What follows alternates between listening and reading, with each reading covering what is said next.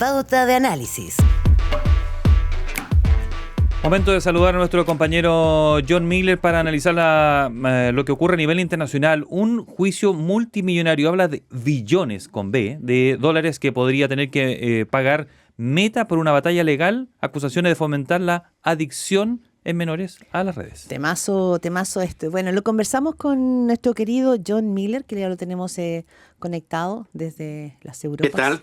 Hola John, ¿cómo buenos estás? días, Buenos Claudia, días. buenos días, Gerardo. ¿Qué tal, John? Buen día. Matizarte solo matice Gerardo, todo lo que que quiera. son billones americanos, billones anglosajones, que los tenemos bastante arrinconados. Son 200.000 millones de dólares, que ya es una cantidad importante. Mira, un porcentaje importante del PIB de Chile, pero del Producto Interior, de toda la riqueza que produce Chile al año, pero más o menos las reservas de los fondos de pensiones chilenos. Esa es la cantidad, para hacernos una idea, Es mucho dinero, por la que se estaría, mucho dinero. claro, por la que se estaría demandando a Meta, ¿no? A la que antes conocíamos como Facebook, la compañía que cofundó Mark Zuckerberg. Bueno, ahora la historia oficial dice que la fundó porque él pagó a esos hermanos brasileños que salen en la famosa película de la red social, donde se ve cómo fue de polémica la fundación de la misma compañía.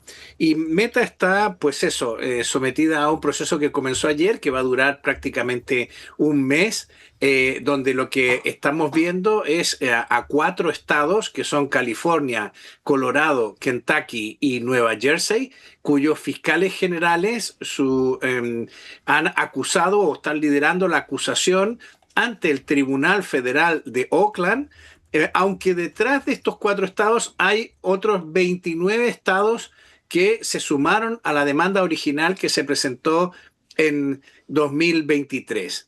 La juez federal se llama Yvonne González Rogers.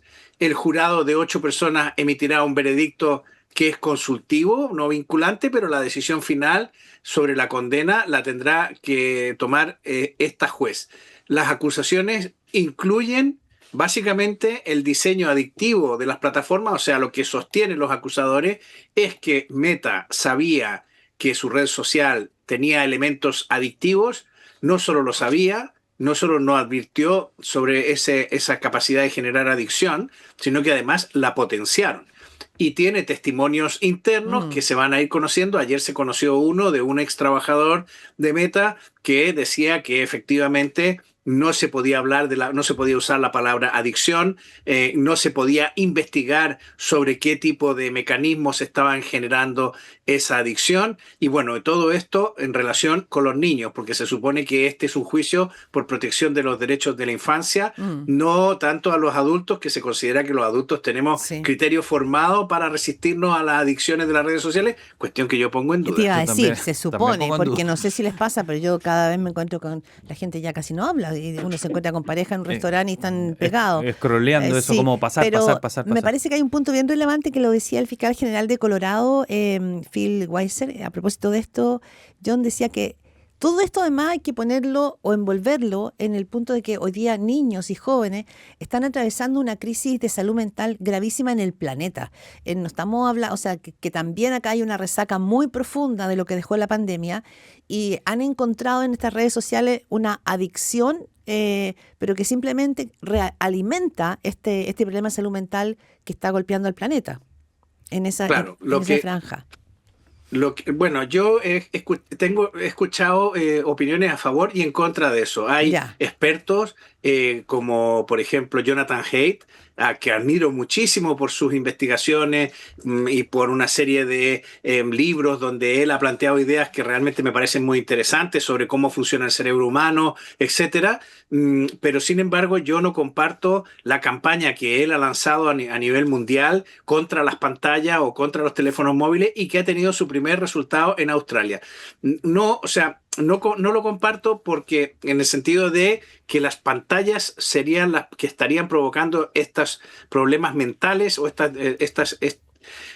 el mejor artículo que se ha publicado fue uno de John Bourne Murdoch, un periodista de datos del Financial Times, que lo publicó a comienzos de agosto en el Financial Times, donde venía a explicar que los chicos en Estados Unidos definen como enfermedad mental estar triste.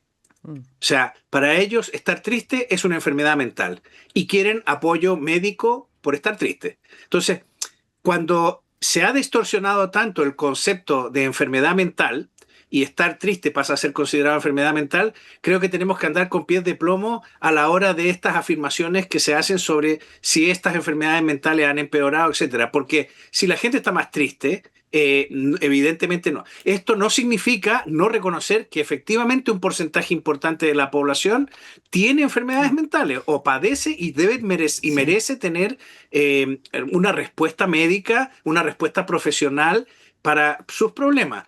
Pero me resultó increíble la comparación que John Burmurdos traía, comparando cómo se definía la enfermedad mental hace 30 años Mm. entre los jóvenes estadounidenses y cómo se define Sí, ahora. mira, quizás es polémico y no es parte de esta conversación, pero me parece que está interesantísima. Lo que pasa, quizás es como un comentario como de vieja, pero Pero sí, por favor, no, me refiero a que hay una generación, y quizás la nuestra, que cuando uno estaba triste, los papás uno lo miraba y lo dejaba, y uno fue desarrollando No una quieren cierta manera, recordarla, y uno desarrolló ciertas herramientas para poder, para pero que tengo la impresión, bloqueara eso, claro. y para convertirlo en otra cosa, Mm. pero que hoy día, y quizás producto de que nosotros los propios padres o madres, sobreprotección, dice, sí. un niño triste es que genera un verdadero caos en la casa y uno hace todo lo posible, Es le lleva al verdad, tienes toda la psicólogo. razón. Entonces hay un tema también de que no los hemos dejado desarrollar herramientas para enfrentarse con su frustración, con su tristeza. Son más frágiles en ese sentido. Entonces, claro, Es muy buen punto porque a lo creo, mejor no la sé. perversión del concepto la hemos iniciado nosotros mismos. Yo creo que claro. Oye, pero ayer cuando empezaba este juicio, habían muchos Sí, padres con letreros de rostros de sus hijos que se eso suicidaron, es. se Que se suicidaron, suicidaron o se quitaron la se vida. quitaron la vida La respuesta que da, porque algunos de ellos, por ejemplo, Mm. en las redes se compararon, le hicieron bullying por esas redes, hacía sí, parámetros con parámetros de belleza que ellos no cumplían, etcétera. Bueno, Así sí, que claro. hay algo ahí. sí, el abogado de Meta tiene una respuesta para eso. Lo que Meta sostiene en el centro de su estrategia es que, a diferencia de las tabacaleras, ellos no han generado los problemas mentales. Los pueden haber agravado, pero ellos no estaban advertidos y apenas supieron que había una capacidad adictiva que afectaba a los menores, pusieron medidas. Bueno, veremos si esas medidas fueron reales o no. Pero lo fundamental que dice el abogado de Meta es que el teléfono se lo compraron esos padres. El teléfono, el smartphone, el acceso a esa tecnología se la permitieron esos Ya, pero padres, si eran el menores de cigarro te edad. lo compraste tú, que era lo que era con las tabacaleras. Pues me hiciste Bueno, recordar de pero lo que inmediato está ese diciendo tema. el abogado es distinto. Está diciendo usted le dio el cigarro. Ya, pero es Usted le dio como el decirle cigarro. usted le compró el juguete al niño, Pero, usted le pero, compró una Bueno, moto. es que pero tú compraste la fíjate que aquí cajetilla, hay es un tu problema. problema. No, pero el que le compró el cigarro al niño fue el papá. Le compró una cajetilla Mm, al niño. Entonces, ahora no me venga usted a decir que su responsabilidad desapareció. Y esto es muy importante Ujú. porque se supone, por lo menos en España, que los menores están bajo la tutela de la patria potestad de los padres. Y incluso hay un delito en España que es que si tú no mandas a tu hijo al colegio, vas preso, Bueno, aquí vas igual. reo. En O Chile sea, igual. y allí igual, claro. Entonces, el asunto es que esto tiene una importancia fundamental, porque fíjate que el Consejo Constitucional francés acaba de tumbar la ley por la cual Francia iba a ser el primer país europeo en poner una limitación a los menores para acceder a las redes sociales. Y la razón del Consejo Constitucional francés tiene que ver con la determinación de la mayoría o minoría de edad. mm, Y entonces lo que decían las plataformas es que para determinar la minoría de edad de los niños es necesario determinar la edad de todo el mundo. Y el Consejo Constitucional francés consideró que eso es un abuso sobre la intimidad de las demás personas que no son menores de edad, con lo cual la ley tiene que ser reescrita para sortear este problema. Pero el problema es interesante, porque una de las soluciones que se contempla en Francia es que los padres que le compren un smartphone a un menor de edad Ujú. lo notifiquen a las plataformas.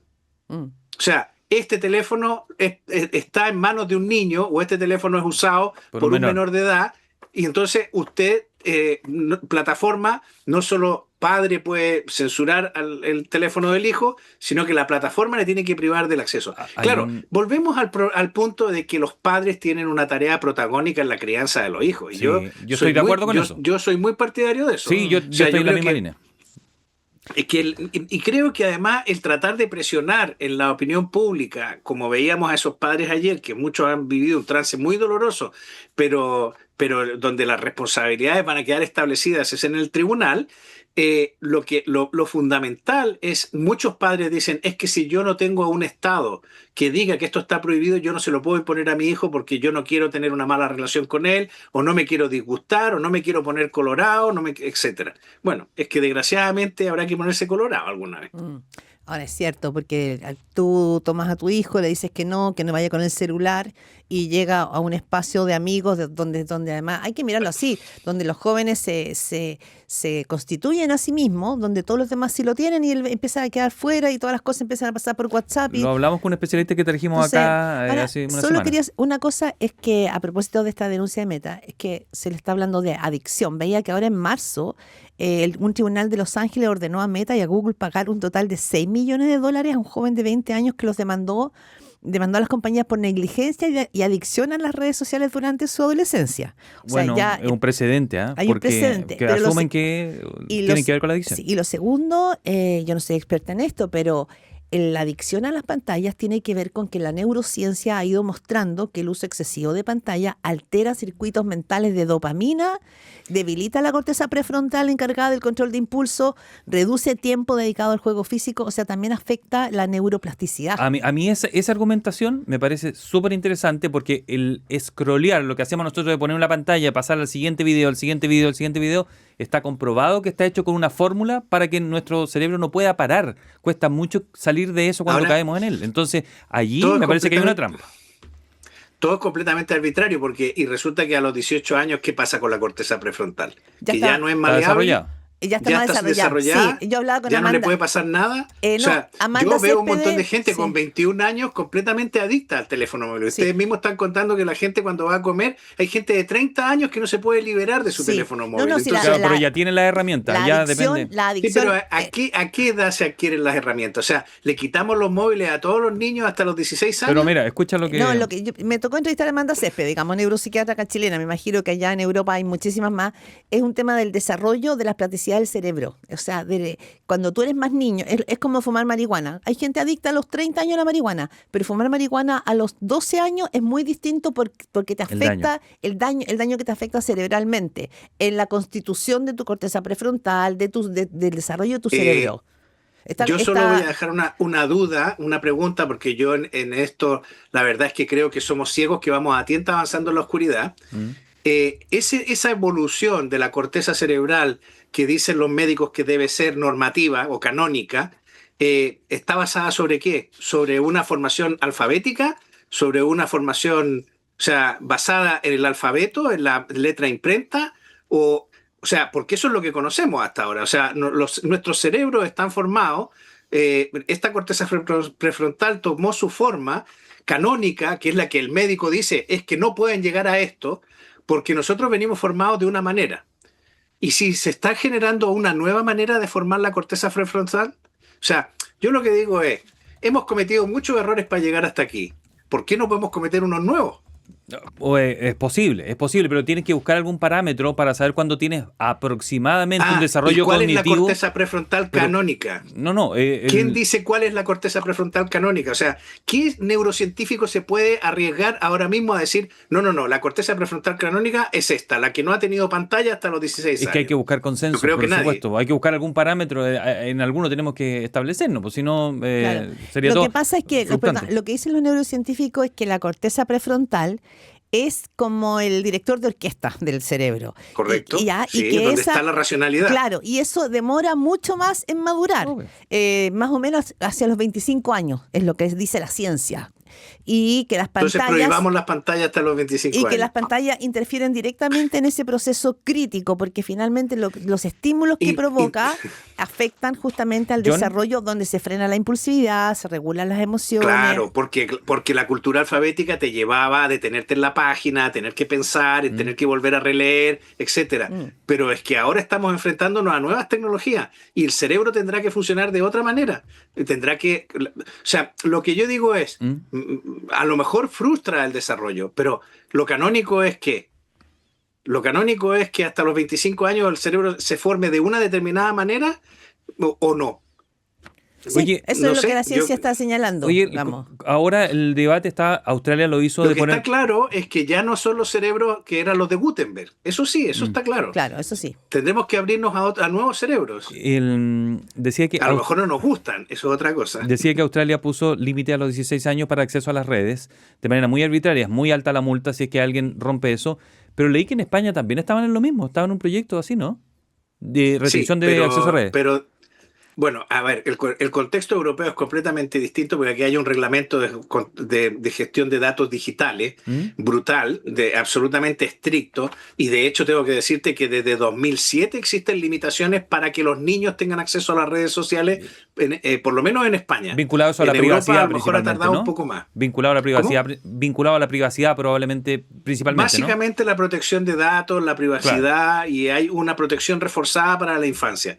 Pero efectivamente el gobierno quería hacer explícita la medida de la prohibición de acceso a las redes sociales, pero también se ha encontrado con los mismos problemas que se está encontrando Macron en Francia. O sea, hay un problema constitucional, hay una cantidad de derechos que tú puedes pasar a llevar cuando legislas de esta manera prohibitiva. Censora, privando el acceso a una determinada tecnología. Yo creo que la experiencia de Australia va a ser muy útil cuando dentro de 20 años descubramos que la industria digital en Australia va muchísimo más atrasada que en el resto del mundo. Sería interesante saber qué pasa, por ejemplo, en China, ¿no? Que ha ido avanzando de una manera Ellos viven con impresionante. China tiene un control absoluto de las de redes todo. sociales. Los niños hay una determinada edad que no pueden entrar en las Claro. redes No, sociales. y tiene Creo una red que es hasta propia. los 12 Ellos años. tienen una red propia. Ya, pero junto con eso, Limitada. China ha ido desarrollando inteligencia artificial y manejo de pantalla y todo como nadie en el planeta, digamos. Esa es la gran pelea que tiene con los Estados Unidos. Entonces, por una parte, hay que ir viendo cómo empalma una Sí, cosa porque con la otra. China es el ejemplo perfecto conejillo de Indias, porque está todo controlado desde arriba. Eso es. Eso es. Así que, El partido es el que sabe lo que es bueno para ti. exactamente. No, Oye. hay una red social propia. Ellos donde hablan los jóvenes chinos, lo que se muestra allí lo determina el partido. Eso es lo que pueden ver, interactuar y bromear. Tienen hasta incluso artistas que el PC determina si es que es bueno o no para la juventud local. Una brutalidad, pero esos regímenes autoritarios Bueno. parece estar como al alza. Oye, dejo solo puesto el tema, John, porque le hemos hablado la semana que el régimen de Irán estaba planeando atacar objetivos militares de Estados Unidos en Europa si la guerra vuelve a escalar. Es la información que se ha entregado esta mañana tempranito. Dice que son bases operativas en Bulgaria y en Chipre. Que Ya, podrían oye, ser yo- posibles. Es un lío porque Rusia acaba de amenazar al Reino Unido por haberle entregado unos drones a Ucrania. Chuta. O sea, con lo cual, la verdad que el panorama mundial es realmente apasionante. Gerardo me decía que quería hablar de Natalie Hart, Uy, sí, Que no me- alcanzamos. pero no nos va a dar tiempo. Sí, la el viernes. la El atractiva viernes. asesora de Trump que ayer le pero atractiva porque es rubia nomás, porque qué otra cosa yo la No, sí, miré bien bien. llamativa, sí, Yo la bien miré. llamativa. Bueno, porque es rubia. Bueno, tenemos que- por lo visto tiene la habilidad, le llaman la impresora humana, Sí, porque sí. suele llevar una impresora portátil, porque aquí está el problema. El cerebro de Trump se formó en el mundo alfabético, en la época de la Sí. imprenta. Entonces, Lo quiere él no en quiere papel. pantalla, quiere que le pasen el papel impreso. Entonces, habría que ver cómo está la corteza prefrontal de Trump. Pero- Bueno, Oye, digamos que no. Pero dejémoslo para el viernes como tema. ¿Qué asesora te escribe un papel que diga eres todo lo que me importa? Ah, Yo bueno. no sé, a mí me parece Ya. sospechoso. John Miller, muchísimas Oye. gracias. Un abrazo enorme. Tenemos ya a nuestra invitada esperándonos acá. Un gusto charlar con ustedes. Cuídate, Gracias, que chao. esté bien, chao.